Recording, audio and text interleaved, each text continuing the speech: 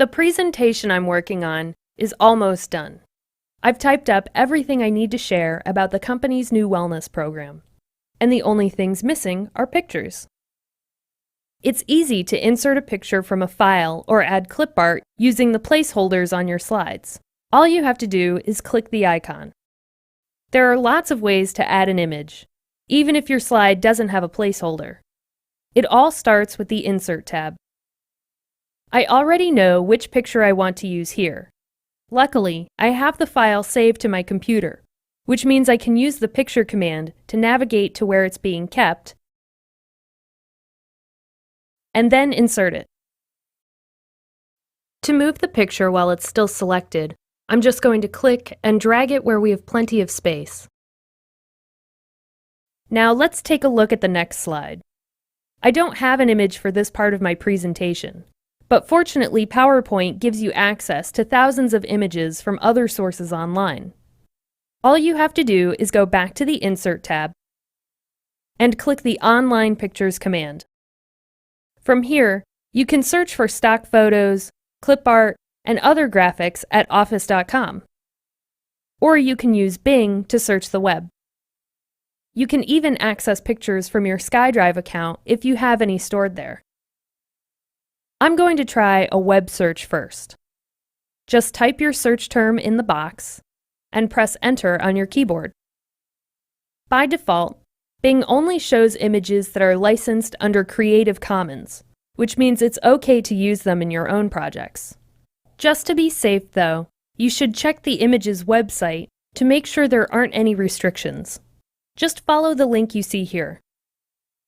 Let's try the same search, but this time in the office.com collection. Unlike the web search option, you're free to use any of these images any way you want, without having to check the license. They're provided by Microsoft, so you always have access to high-quality images, no matter what kind of image you need. This one looks good. To insert it, I'm going to click the thumbnail, and then the Insert button, and it will be added to the document. The picture's a little big, but that's an easy fix. To change the size of an image, all you need to do is click and drag the sizing handles here. The ones in the corners will make sure the image stays in proportion. I'm also going to reposition it here. On my next slide, the picture I want to add is a little more unique. I'm going to use a screenshot. A screenshot is an image that captures what's being displayed on your screen. For example, the website I'd like to share that can be used to help track your health goals. Let's go back to PowerPoint, and then Insert, Screenshot to take a look at our options. I have two windows open right now, including an Excel spreadsheet and the website I want to capture. Just click to take a screenshot of the window. And now we have an image of the page that even includes parts of my browser, like navigation and the status bar. I'd like to see if we can take a picture of just the health tracker in the middle.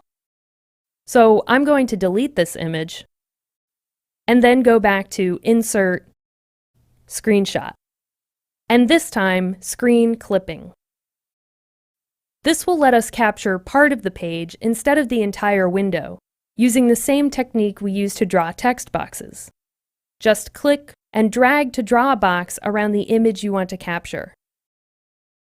Then let go. Resize and reposition the picture if you need to.